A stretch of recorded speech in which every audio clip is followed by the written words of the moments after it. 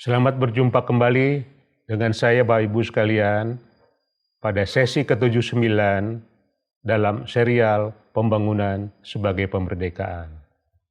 Bapak Ibu sekalian, pada kesempatan ini saya ingin beralih mendongeng mengenai kehutanan, khususnya kehutanan di Jawa, yaitu tentang Perum Perhutani. Perum Perhutani ini Bapak Ibu sekalian mendapatkan amanah untuk mengelola hutan di Jawa kurang lebih 2 juta hektar. Saya yakin ini merupakan perusahaan terbesar di dunia berupa BUMN yang mengelola hutan seluas kurang lebih 2 juta hektar. Kebetulan saya ini alumnus Fakultas Kehutanan IPB, tetapi tidak bekerja di bidang kehutanan, jadi paling tidak pernah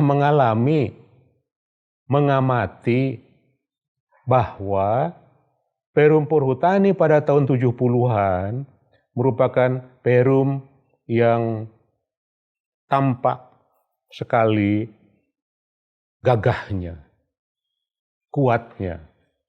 Dengan ukuran yang sederhana saya pakai, pada saat itu pohon jati baru ditebang pada usia 60 tahun. Kalau zaman Belanda daur itu bisa 80 tahun. Sekarang pohon jati usia 20 tahun sudah bisa ditebang. Kemudian yang mengagetkan terus terang, di beberapa tempat di dekat kampung saya kurang lebih 20-30 km, pohon jati diganti pohon karet, kemudian pohon karetnya gagal, diganti lagi sekarang ditanami cebreng. Saya pikir cebreng bukan pohon. Heran juga saya. Tapi Bapak Ibu sekalian, bukan itu yang ingin saya ceritakan. Tetapi saya mencoba mencari mengapa hal tersebut terjadi. Kembali seperti yang pernah saya sampaikan untuk kasus perkebunan dalam hal R&D, maka untuk kasus perhutani ini ada satu kendala internal di masa lalu. Saya dengar sekarang sudah dirubah, tetapi juga saya belum tahu hasilnya dan tidak yakin juga, yaitu masalah pengaturan, pencatatan, tegakan pohon berdasarkan sistem akuntansi di Perum Perhutani tidak dicatat sebagai aset. Dapat dibayangkan, kalau itu pohon jati dicatat sebagai aset, maka buku aset Perum Perhutani akan menjadi perum yang mungkin terkaya di dunia, jangan-jangan. Karena setiap pohon dicatat sebagai aset, maka kekayaannya berapa.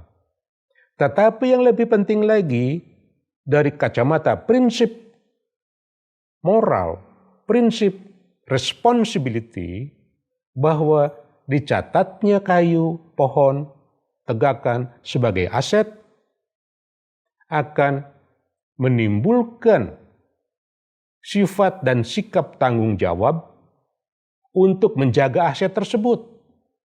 Bukan seperti sekarang atau di masa lalu katakanlah, kalau pohon itu ditebang pihak lain, kemudian dicuri, ditemukan, ditaruh di gudang, baru itu dicatat sebagai aset persediaan.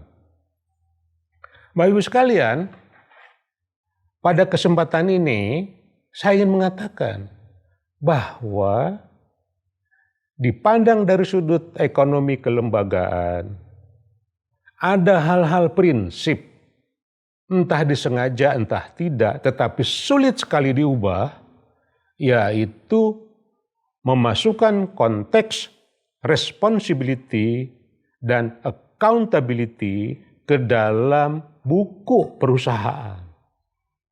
Kalau tidak disebut aset, maka tidak ada responsibility, tidak ada accountability secara